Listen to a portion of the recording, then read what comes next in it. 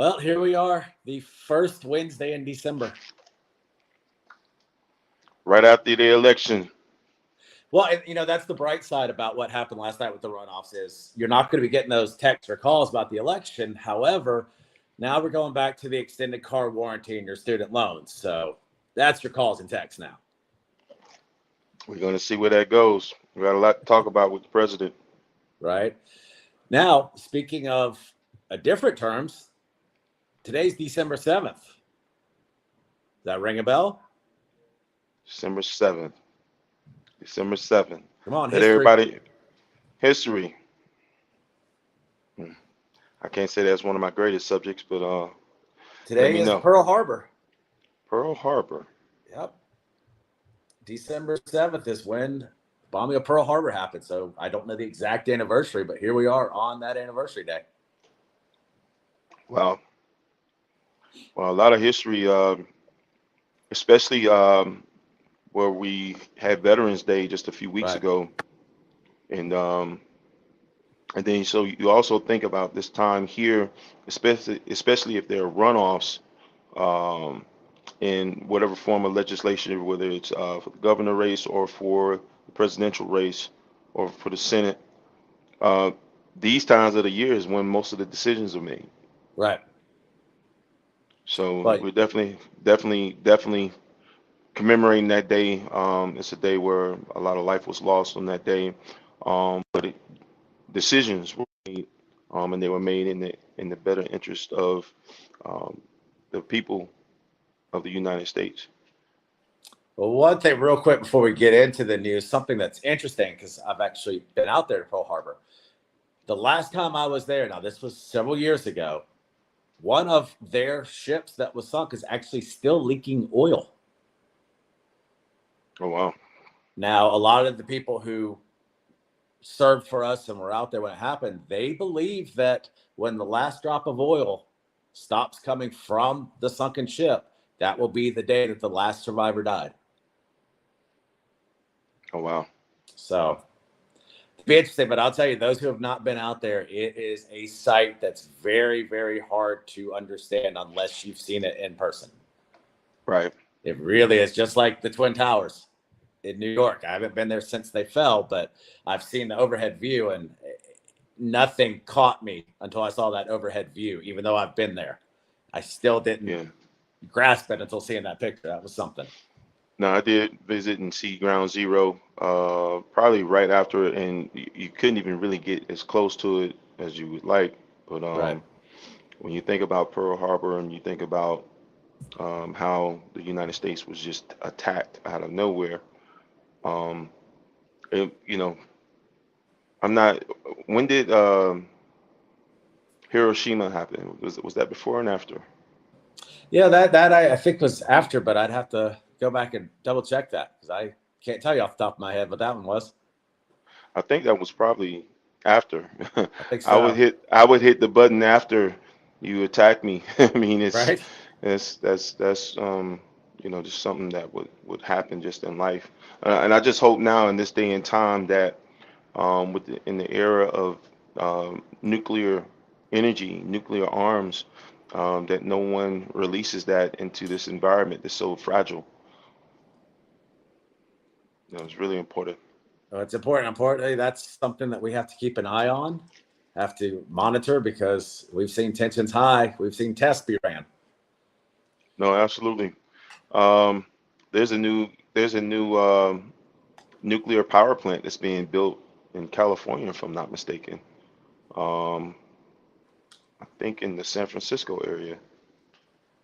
I believe so, but when we were in Vegas, we saw where they tested out the nuclear sites there years ago. So we Yeah, didn't see it in person, but we got to see the map of where it was happening. So it does happen. absolutely. All I can say is that I'm sure that there are a lot of buried bunkers out there in those mountains and those Oh yeah, mountainous mountain terrains that's um, along the Rockies. That's the Rocky Mountains chain go from, was it Nevada all the way up to Montana? well, the Rockies are going to go through Colorado. So yeah, Colorado, yeah, yeah. So but I think it starts right there in Nevada, believe so. Northern Arizona, and it goes all the way up. Um, so, I mean, we're science in this day and time is definitely important. History sometimes make a decision for people in the current days times when they go back and look at commemorating things. Um, this old term, history repeats itself, definitely is something that you have to look at and pay attention to, especially in these very very emotional times. We have a leader of another foreign country who is waging war on another country, and if our involvement continues, he will wage war on us and anyone else who interferes in the war he has started. And it's unfortunate the loss of human life. Um, when and we're in a time now where we have more means to communicate with each other, especially through streaming. Right. World leaders can talk to each other through these platforms as well. Um, Definitely, when we're in a time where even if it was private communication, there's still a way to set it up, Oh yeah. and it's just those two talking about it, hashing it out. But at the same time, you got some real tyrants out there that are in office. And what we have to do is we have to trust the leadership that we elect and put in place.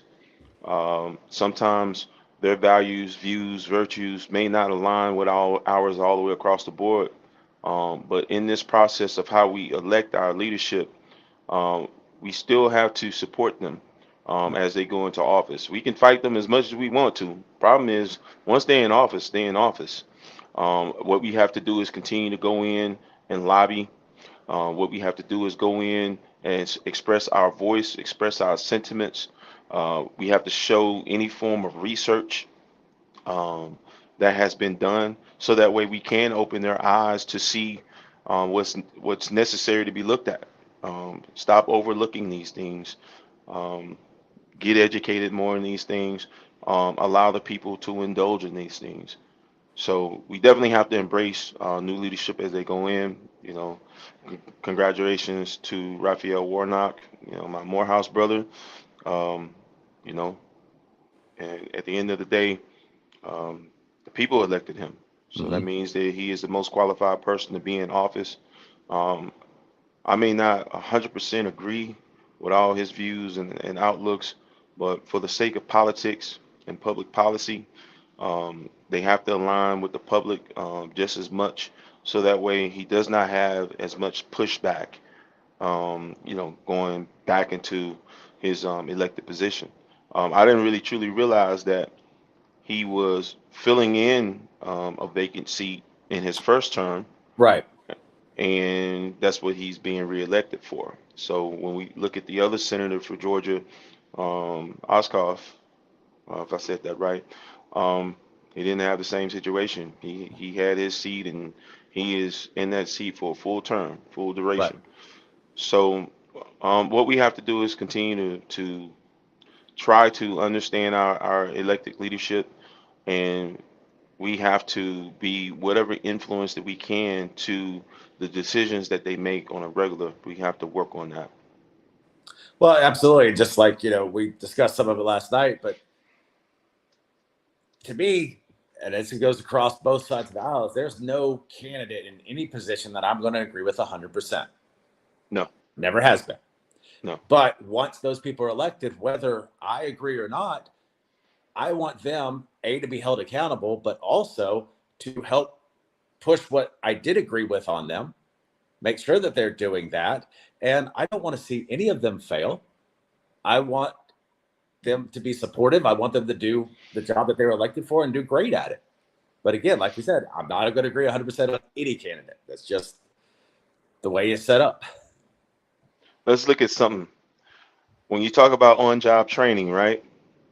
Who's there to train them? Yeah, right. So when you take that situation itself, they're going to be learning on the job.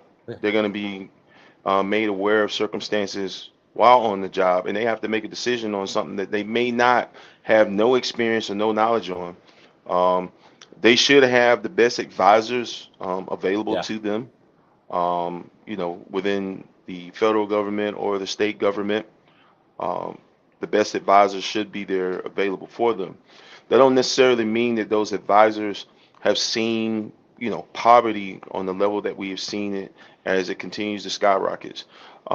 The level of homelessness in this country as it continues to skyrocket. The level of mental health related issues as it continues to skyrocket. We have to look at all of those things, and those leaders have to address those things. And obviously, they have to either adjust what's being done or change what's Mhm. being done in regards to those issues. Mental health, I can't emphasize that enough as we look at the pending recession and people being prepared for it. I can say in my lifetime, this is the second time that I'm going to go into a recession, and I feel like I am very, very prepared to deal with the circumstances of it. Um, when we talk about COVID and we look at what happened during the time of COVID, none of us seen um, a large scale change in the world. None of us living unless we lived back in the 1920s when we went through the Great Depression. And I think uh, I cannot remember what triggered the Great Depression, but there was a tremendous outbreak in the 1918, 1919, um, that contributed to some of the circumstances that went into the Great Depression. It was I can't remember if it was typhoid fever, some type of I don't know, but something happened then, and I'm definitely not prepared to talk about it. But as we look at leaving COVID, and COVID is something that affected the entire world, um, it is triggering a recession. And that recession, I look at it in a couple of different ways. I think some of the powers that be at the top of the totem pole are pushing it and influencing it to affect and change and turn the tables on what's been set. And you got to look at, we had a Republican leader in office, and now we have a Democratic leader in office holding the POTUS position, President of the United States. It's very, very important when you look at how politics play out, and you may have one leader who he knows he's going out, and he may make things a mess of things for the leader coming in. That now that leader has to come in and make decisions that are due to the circumstance that he was left with. Those decisions may not. When you look at there's always an immediate solution to a problem. Does the immediate solution help the long-term solution? Most of the time it don't. The long-term solution is a longer and painful solution, but if you have to give instant relief, a lot of times that set things on fire. And I think those things set this economy going into the wrong direction. Um, that triggered inflation, and as inflation continued to decrease, the interest rates continued to increase as well. The taxation itself increased as well. Um, Now you got three times the cost now. And if you have not had the adjustments in cost, pay, even for the people who are not able to think for themselves, they're just following what's being said to them. It's truly unfair for them. So when we look at how we apply the the business of cannabis, CBD, um, whether it's recreational or whether it's medicinal, these are decisions that are coming out into play. Right now, in my opinion, when you look at going into a recession, there needs to be more opportunities available to people. And by lifting the sanctions against the plant, that will change and give opportunities for people, bona fide opportunities for people, whether it's educational for people to teach it. People can actually teach it and still earn a living from it. There are people who can still industrialize it and still further develop it so that way it turns into more retail products in the marketplace to be sold. Those are still opportunities that are there. So even for the researcher side, for the people who industrialize it, those are still opportunities. And then for the people who actually still sell it in a retail market space to consumers, those are still opportunities. So still, once again, we're talking about the leaders in government who have um, an outlook on the plant that may not be favorable for the industry itself. And sanctions are still held heavy against the industry itself. And those standards need to be changed. Those sanctions needs to be removed. So that way that the opportunities can be opened up for people. So that way when we going through this time of change, that they have something as an option and an alternative for them. It also, as they endure the stress that they're going to go through by not having enough money, not having enough opportunity, that stress also has to be mitigated. You need something to be able to relax you and put you in a calm space, not keep you edgy, not keep you in a position to where you may have suicidal ideation. You might have some form of thoughts of suicide because you don't know what to do. And you don't have no options and you only know what you know. So when you talk about all of the circumstances that come with what's to come, a great leader will look at those issues and concerns and start looking at how can you avert that circumstance. If you got to declare war on somebody, before you declare war on someone, you have to ask yourself, are you prepared to wage war on somebody? Are you prepared for the great loss of life when you declare war? So a great leader won't just jump at war. What they may do is they may look at the options of saying, hey, we're going to keep this peaceful. We're going to try to resolve this peacefully before we declare war. If we have to fight, then we fight. And that's what we have to look at when we look at choices in government and who does it benefit. And a lot of times when I look at government, you got individuals that are going in there with an individual agenda, not an agenda for the public at large or for the communities or for the multiple states and cities and counties and communities that are out there. What are their agendas when you compare it to the people that it affect? Is it to line their pockets? Is it for them to go in there and get even richer when they come out? Or are they truly going in there for the people? Mhm. And I have this outlook when it comes down to it. And I had to ask myself, I've had opportunities to run for a political office. We all do at the end of the day. As we look at ourselves or as strong men or strong women who are listening, what we have to look at is that for who we are and what our goals are, can we coincide that truly for the community and public at large and make it beneficial for everybody across the board? It should be mutually beneficial, definitely for everybody across the board. And if it's not that, it should not be done. If you have an agenda to go in there and get rich and get all the resources, become more richer in resources, and you gain power, especially if you are a successful businessman, successful businesswoman, and you already have the financial component solved. So now you're going into politics to gain the power. What is the true benefit of that if it's not benefiting the people? That's why certain businessmen should not be in a political office. When you look at it, for the life of me growing up, I actually grew up with democratic values and virtues. As my father worked and became a stronger, independent man, more of a well-rounded businessman all the way across the board, his political values changed. He became a Republican. Same thing for myself. As I followed my father's steps as a businessman, I realized values and virtues for myself, they align more on the Republican side than it would be the Democratic side. But when you think about it, the are two different sides, varying outlooks on how you apply politics to the community.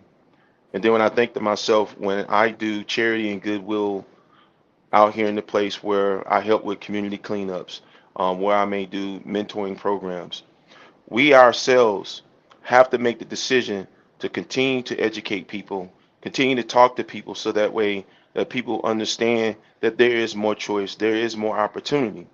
So as we do this podcast, we have to also talk about the things that control what goes on, not only in the political space, but the public space. The public at large is going to always be affected by decisions that happens in politics. It goes down because those people make the decisions and the people have to live with that. But people have the power themselves to go out and express and cast their votes. They all have the choice to do that.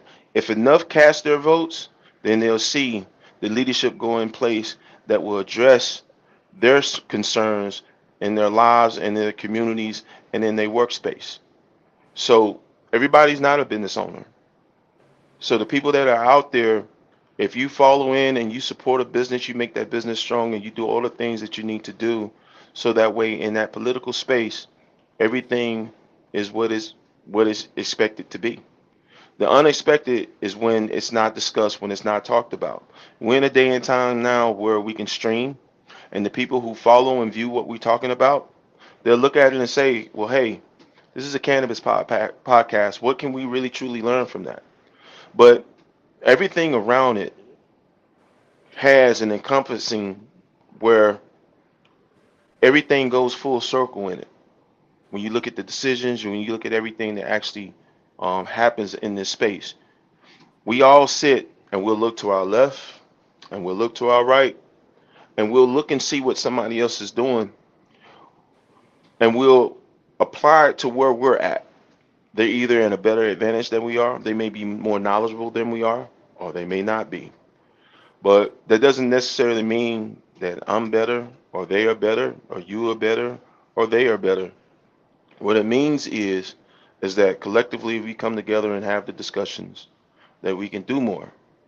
We can be more collectively as a group as we continue to talk interests because those interests have to line up so that way there's this harmony in the communities. So I know I've talked quite a bit on that matter, but when we really get down to it, Nate, what has to be done in the political space right now is the agendas for the individuals have to be the agenda of the public at large. No, absolutely. We've got to keep those people that are elected in that realm where we're continuing to put, if you want to say, the pressure on, make sure they're held accountable to it. But the one thing that I would love to see, no matter anybody's stance on the political realm, that they actually really try to work together bipartisanly instead of these lines that are constantly divided. And we see it all the time, that it doesn't matter which side, right or left, nobody's in the middle. You're right. And when you look at the bipartisan, um, for the people who follow and adopt a bipartisan way in politics, it's, it's about as neutral as you can possibly get. And that's something that I want to look into a little bit further, a little bit more to see how if the agenda on the left and the agenda on the right can't come together, where can we mutually agree how to fix these things? And then that way, let's work on what we can agree on first. And then the harder issues, let's work together, get a chance to know each other, and then use that to build the rapport and the reputation of who can do what and how. That No, way, okay, you can do this. Okay, I can do that.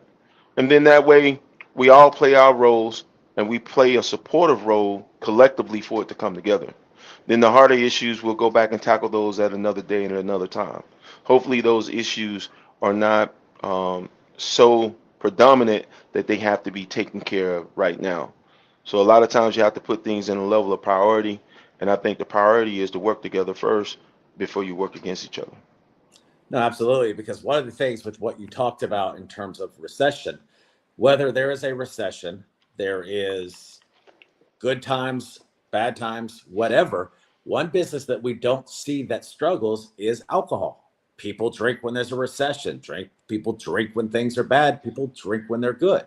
But we've seen the health declines of what alcohol can cause, and yet we've got this plant right here that is a natural substance that can help with this and not have those same effects. And if we could have people using this plant in the times of the recession, in the times of good times, in the times of bad times, instead of the alcohol, I think the health across the nation would be much better. Absolutely, and I definitely agree with you on that end. And you got to think, um, hundreds of years ago, when you talk about the Boston Tea Party, you start talking about things or events that happened in history where the public at large pushed back Mm-hmm. against the government. Um, Sometimes those are good things. Of course, we went into a war not long after that. So hopefully we do not find ourselves within a civil war, but Right. we do find ourselves with the chance and the opportunity to maintain peace, maintain an understanding, because now we have the means to, hey, if I have a problem with you, I can talk directly to you, get you on the phone, not be in my feelings, get you on the phone, say what I need to say. You say what you need to say. Hopefully, we can agree to agree, not agree to disagree, and continue to find ways to resolve what's in front of us. And I think in this political space right now, that's one thing that we have to do. As we keep throwing shade on individuals because they are a Democrat, or we keep throwing shade on an individual because they're a Republican, I totally feel it's about the most qualified and rightmost candidate. And it's a lot of people out there that do not want to go through the shaming and the mudslinging. You got to be a very, very unique individual to deal with public shame and mudslinging when all of us that are born in this world, none of us were born perfect. None of us were. And as we live our lives, we live our lives through the the the community. Well, let's start with mom and dad. The values and virtues of mom and dad, it starts there, and the values and virtues that was instilled in them, it starts there. The community and the environment that they was in, those are influences on them, especially for the decisions and the times that they were in. If they were financially stable and able, then the decisions may be more balanced, more well-rounded. um, how a lot of people say common sense. Common sense is not common when you don't have the same level of exposure, whether it's from strong positive individuals in your community to seeing negativity when you see atrocities and crimes and criminal conduct and activities happening on a daily basis. Can you truly deem those people wrong when that's a they are their decisions are a product of the environment that they came from? So what we have to do is we have to make it better for all people across the board. So everybody don't have all the same abilities. Some people are born with disabilities, and I truly believe that in this great country that we have to continue to take care of the youth. We got to protect our children first and foremost. We have to do everything we can to educate them to be strong individuals in society. But at the same time, for the senior community that have served their time, who have been there, been through their outbringing, and they've played their role in society. They deserve, as they get in their older age, to be able to live their lives out until their lives are no longer. And that's how the society truly should be. I mean, of course, it's my opinion, but we all were born to live. I think that's a commonality for everybody. I think at the end of the day, we also live to die. That is 100% fact. You show me somebody in the history of this civilization that is still alive 1,000 years later, 2,000 years later, 10,000 years later, um, then that's when you can make me think a whole nother way. Now, belief systems have lasted tens of thousands of years. So what we have to do is for the people who change the view and the outlook of those belief systems, Once again, it still comes into a following. Is that person truly right? Has this person been truly exposed and educated to all of the things that protect everybody's interests? And that's the thing about it. Who's that person? And if we have to start rearing people to be that, then that's what has to be done. That means that when you look at it from a royal family standpoint, the royal family, the person who's chosen is already in the family.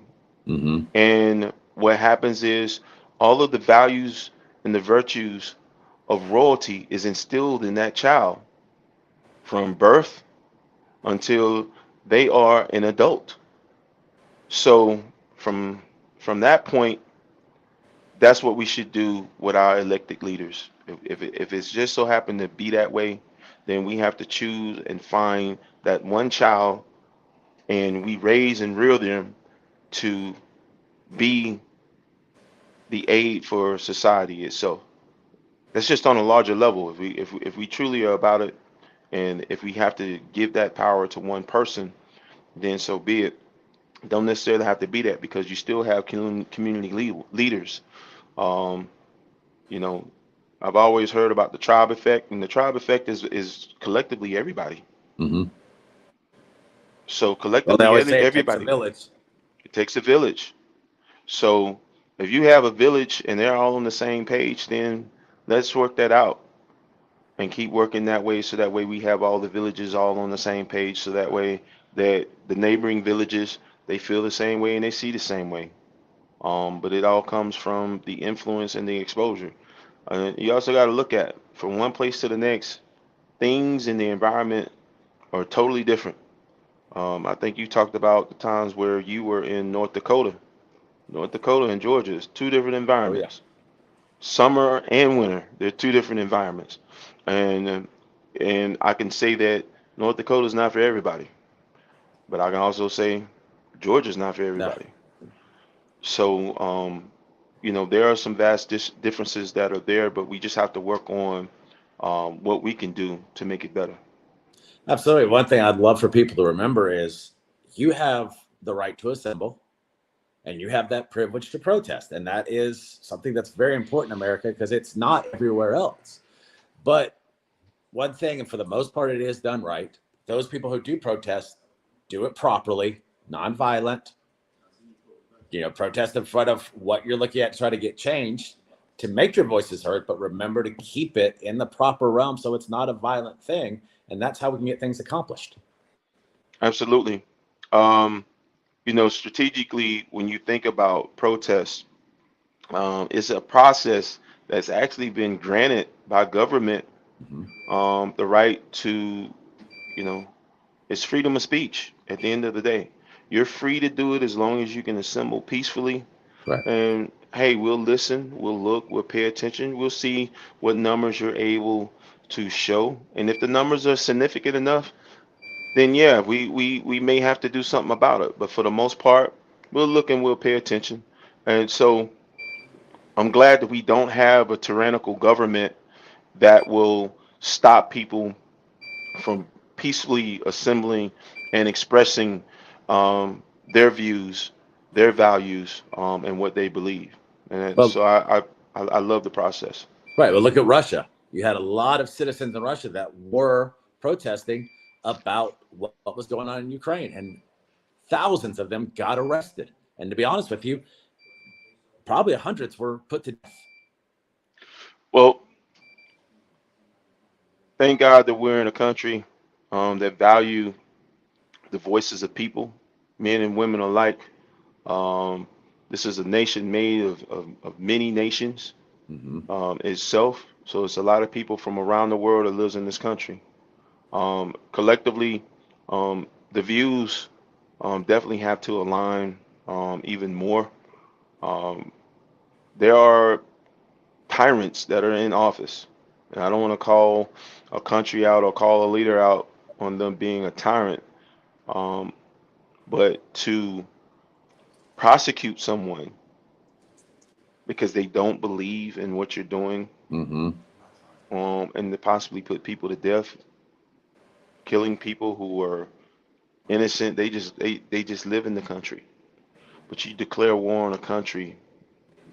I got some issues with that. Right. So what we have to do is that here in this country, we got to stay together. We cannot be a country divided. We got to stay together. So no matter what happens politically, we have to put the best candidate in office. Without question, because those are the ones that make the decisions at the end of the day. Once they get in office, they're independent on the decisions that they make. You have no influence on that, but they do make decisions to know that they have to make decisions in the public interest, and they have to keep the public in mind when they make those decisions. So truly, I understand that part. Um, once again, you still get leaders in there, and they have several agendas that may not align up Hmm. with your values and outlook in life. So now you're gonna have an issue or concern with them. But then overall, what you have to do is you have to take the good with the good and the bad with the bad. So this country just have to stay together. It's just bottom line. We have to come together, but we have to protect our people. Being a super country, or a super nation or world power is not important as being known as the greatest nation for its people. That's what's more important. All this foreign aid and going into other countries when there are a myriad of issues in this country, the issues in this country need to be addressed before you can help everyone else. Because there are still people that are in poverty. There are people who have mental health issues. We got veterans that are out on the streets that are homeless, Hmm. that serve this great nation, and they have disabilities, whether it's PTSD, or whether they lost a limb, whether a leg or arm or hand, a foot, um, you know, playing out nightmares of seeing dead bodies, dismembered bodies. Right. Um, these soldiers go through a lot. And at the end of the day, they're regular persons just like you and me before they either get drafted into that position, which that haven't happened in quite a while. But you have some people who, as they're trying to find their way in life, they find themselves going into the military to learn trades, learn skills, and then be ready at a moment's notice to protect and defend this country.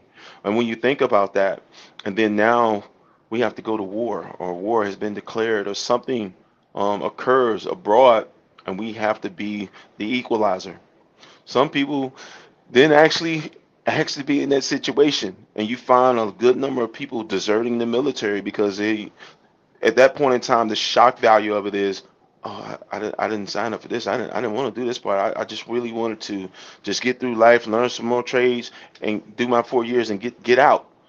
Um, the thing about the military is that we definitely have to rear certain young individuals to come Hmm. in, um, and be strong for this nation. We need it because we do need the protection, and we do also need to have the preparedness for when that time comes.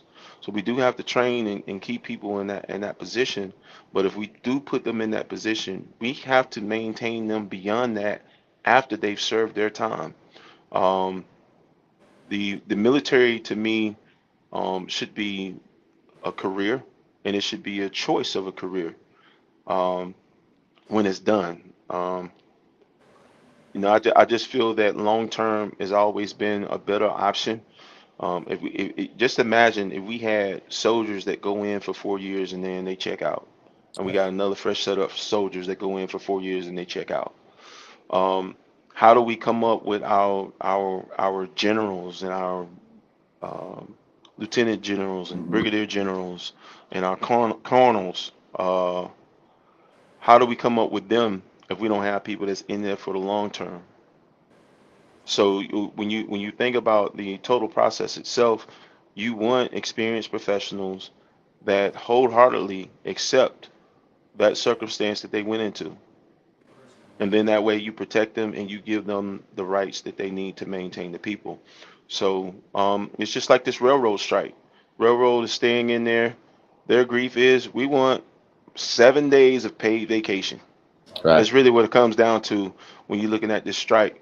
And if anybody's ever worked in transportation, just imagine you have you have a 14-hour day.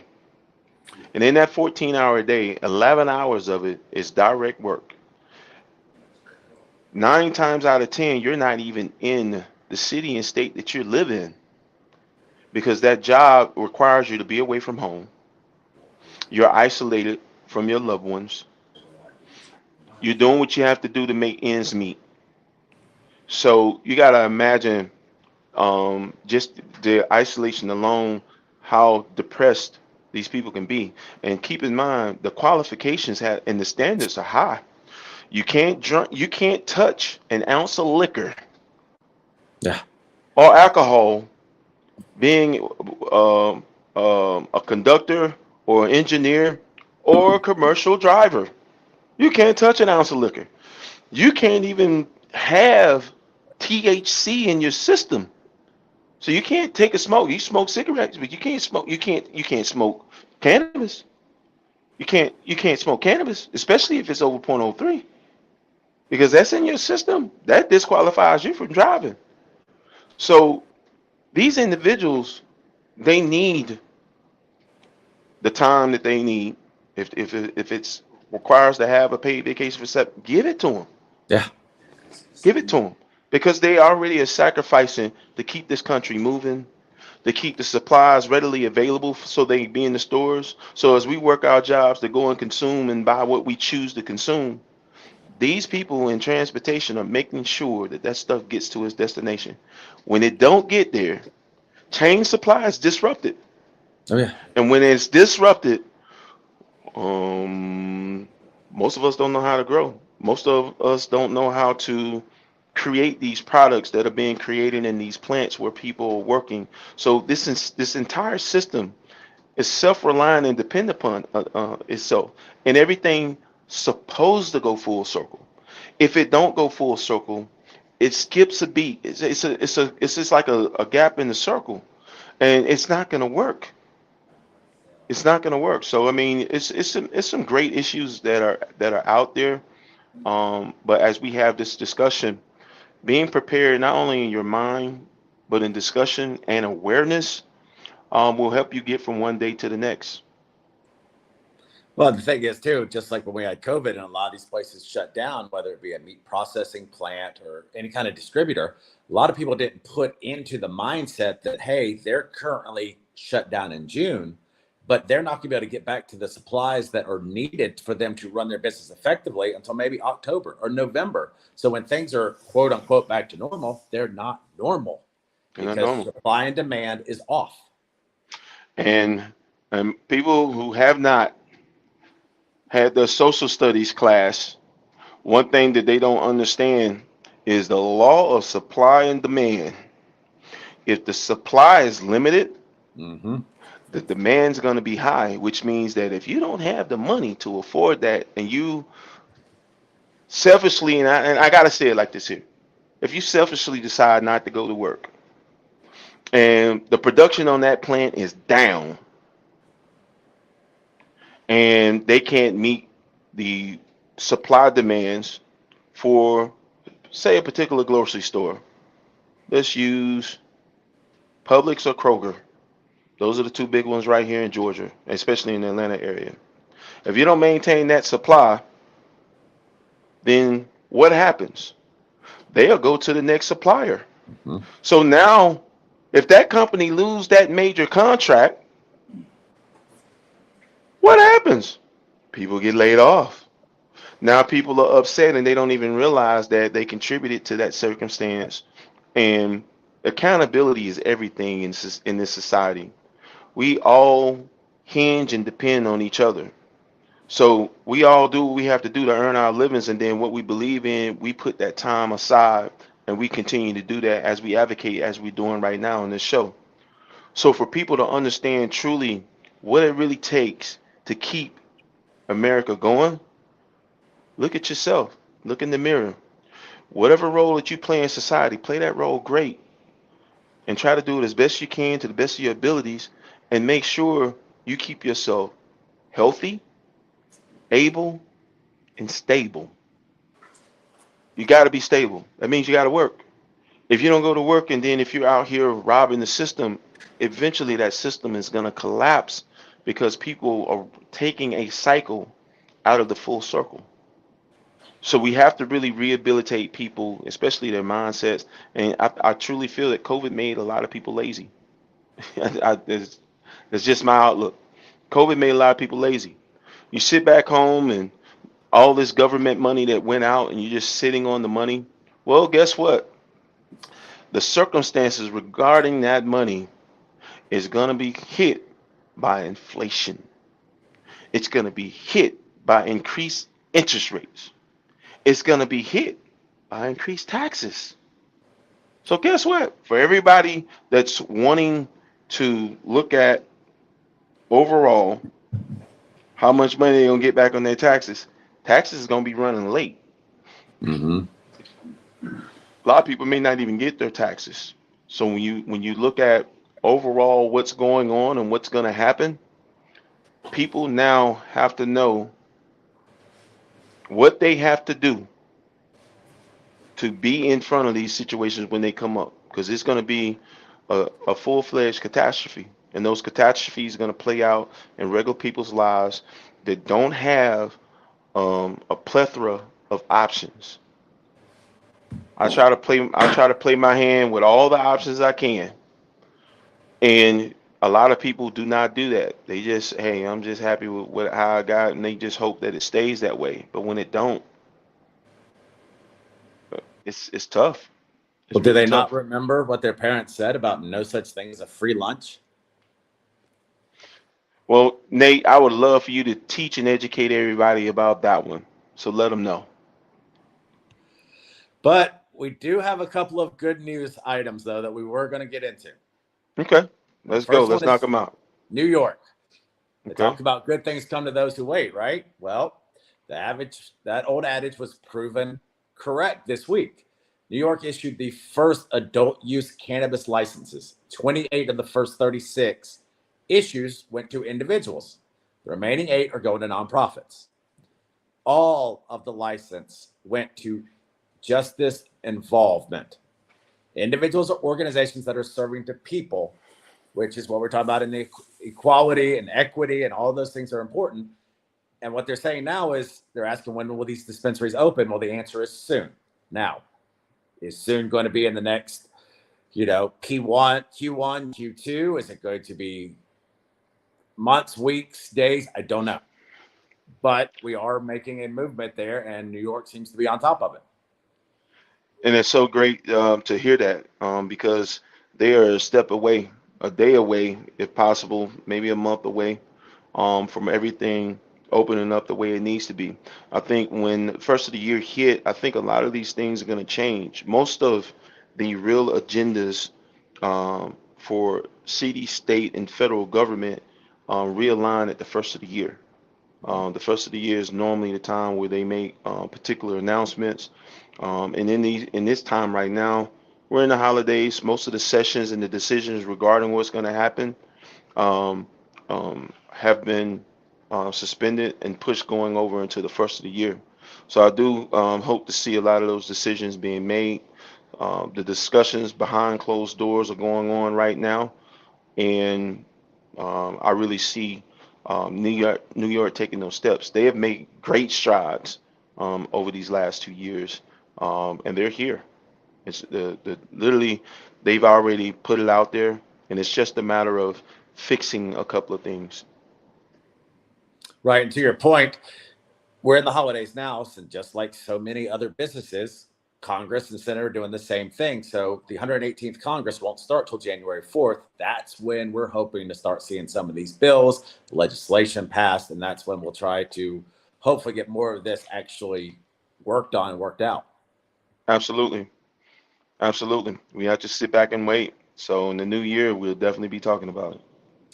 But now you have point and counterpoint, right? The counterpoint to New York's progress is the lack of progress in Connecticut, which, for those who don't know, neighboring states, they're right there next to each other. So And originally, that was said as an opening in 2022. Now it appears the cannabis dispensaries aren't going to open in the Nutmeg State till 2023. Well, it's another year. It's only a month away. Right. So when you look at the process itself, um, unfortunately for some neighboring states, the way how things play out is if you have one state that has a set of rules, the neighboring state have rules contrary to it, and that's how they benefit from it. Um, Connecticut itself, Connecticut itself is a very, very small state. Right. So if you have a lot of people who live in that, which would be a suburb of New York, but it's actually another state, Correct. they reside there. You cross that state line with this federally controlled substance. We're going to set you back. We're going to take it out your pockets. We're going to disrupt your life, your lifestyle. You may lose your freedom. And I think that's one of the reasons why it's there and in place like that. I think that's totally unfortunate. Um, and you look at the small neighboring states, that is what if you look at it, that is a possible fact that I just spoke, that they're intentionally doing it because that is a revenue stream for them.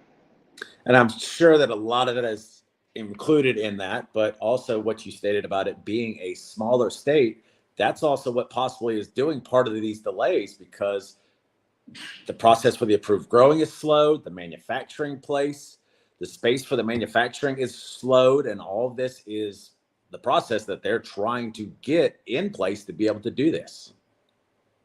Absolutely. I think that we're less than a month away into the new year, and I expect between possibly January 4th and probably through January 16th. Now let's push it back another week through January 23rd, which would be the week after King Day. I think that a lot of discussions and announcements will be made in that period of time. So I would say roughly 40 days away. About 40 days away, we should see the new agendas for the new year being announced individually by individual states, especially as some of the new legislators get ready to take office. A lot of them will officially be in office after January 4th or January 6th. Um, I don't know. I don't know if January 6th is a significant day, but last year, January 6th, we had some real theatrics going on. So what we have to do now is look at what's to come and see what happens. Correct. And still staying in the Northeast, the New England states, as they're called, Rhode Island. The adult use market started last week and they opened their doors at 5:45 in the morning to be ready for the crowds. They had steel drum bands playing, balloons, free samples. So that's got to really have boost their economy and really probably push that forward. But hopefully Connecticut, for example, will see these things and get on board as well. Absolutely. And if I'm not mistaken, as you drive north, I think Connecticut is the next state. Not Connecticut. I'm sorry, Rhode Island, Right. and then it's Vermont after that as you continue to go north. So once again, you got to go through a state, and if you look at Rhode Island, it's in between. I mean, not Rhode Island. Connecticut is in between New York. So I can see Rhode Island taking this stance. I wish we had some information on Vermont, and then when you think about it, go another state further north as you hit Massachusetts. Massachusetts is legal. Mm-hmm. So it seems like every other state in between, you got one state that takes the stance of let them cross over here, we're going to tear them up. So they don't necessarily mean that they'll get their act together. It just means that they may have to restructure and organize how they approach political business, which are also consumer business as well. Correct. It's something we wanted to discuss a little bit on the medical research bill that Biden signed in. There's some really good news there, but there's also some news that I guess some haven't talked about that is an issue that we have discussed before, hoping to get fixed. Because he did sign that medical research bill last week, which if you don't know, make it easier for scientists to access the drug to study its therapeutic use. Right now, marijuana is defined legally as cannabis, as we've talked about, with the 0.3% of the psychoactive compound THC, which has been legalized for recreational use in 21 states so far. Several others have approved it for medical. But here's kind of that catch. Doctors cannot formally prescribe marijuana. They can recommend it to patients with conditions ranging from severe chronic pain to Alzheimer's, epilepsy, and seizures. The FDA has approved a few THC-derived medications to treat nausea in patients undergoing chemotherapy and to treat loss of appetite, people with AIDS. But at the same point with saying that, if our doctors can recommend but not prescribe, isn't that a huge issue in calling it medicinal? It is. That definitely creates a conflict there. But what the federal government is doing is um, they are not putting themselves in a compromise because it's still a Schedule One drug. And as they work out the compromise, they're saying, "Hey, we can't say this, so any individual has the right to approach it in the way that they're approaching it, but it's up to the state to decide how they're going to deal with it. Once we get involved, we're going to deal with it the way we deal with it. But for the most part, um, everyone has to maintain their documentation on how they go about doing this. Also, you got to keep in mind you're compromising your license. If you're a licensed practitioner and you've went to school 10 years, you can lose it all Right. by taking a stand. So everyone has to kind of be careful. They have to step light-footed and tiptoe around these issues if they truly do that, if they choose to do that. Um, I really think it's going to come down to the states. The states are going to protect the individuals that are there, and as long as they do that, people have a common ground to stand on. If the state is going to protect them, the states have a choice to say, "Hey, we don't agree with this process." So as long as it's in place, and then you got to look at how do you break federal law? How do you get on their radar? And part of that starts with taxes. That's number one. So if they know and they're aware and you just not paying your taxes on that, they're gonna come knock on your door. Because one, you're already wrong. So now you got a second wrong for not paying them their taxes. So that's something hands down that we all know, and there's no way around that. So you gotta get that fixed. So that's number one. Number two, another way that you're going to find yourself in the realms of dealing with the federal government itself, for all of the growers from the farm bill itself, you have to register the grounds so that way they can make their visits and inspect your crop. So if you're in that realms as well and you're not doing it, they're going to come see you. They're going to shut you down. So if you do your due diligence, at least on those two steps, I think for most people that's involved in the industry, they're going to be relatively pretty safe. Bottom line, you know what the federal law says. If you go outside of it, it has to be sanctioned by the state that you're in. There's no ifs, ands, or buts about it. So as we give people this information regarding other states, you still got to know the laws in those states. And then you as an individual, you have to advocate if it's not where it needs to be at because it affects your residency and it also affects your business. So that stuff definitely without a question has to be addressed. It has to be looked at. And the individuals who deal with those issues, those are the individuals that have to make an outstanding effort to see the change that they need to see to benefit them, but Right. also benefit the industry. No, absolutely. Because the research that's been done so far in minimal cases have suggested that the drug could be used for treating depression and PTSD, which we've discussed before and is outstanding. But also with that, we also know that there are some downsides. You have some negative health effects, and it's not across the board, it's on different people, which is why it's so important for each individual to see what their effects are, how it treats them, how they handle it, and move forward. Because The health effects can include breathing problems, nausea, vomiting, paranorma, but the drug itself, for example, and why we've discussed 21 and over, brain development in younger users and can cause some negative side effects on fetal development during pregnancy. But that's, again, alcohol. Alcohol says the same thing, and that is a legal drug, if you want to call it that, in all of our states. Because the federal government considers marijuana an illegal Schedule 1, the same as heroin, the same as LSD. So that's making it notoriously difficult to do the research. So with this Absolutely. bill, hopefully we can move forward with this research and also with rescheduling. And pretty much what has to happen is that the monies have to go to the states that it's legal in.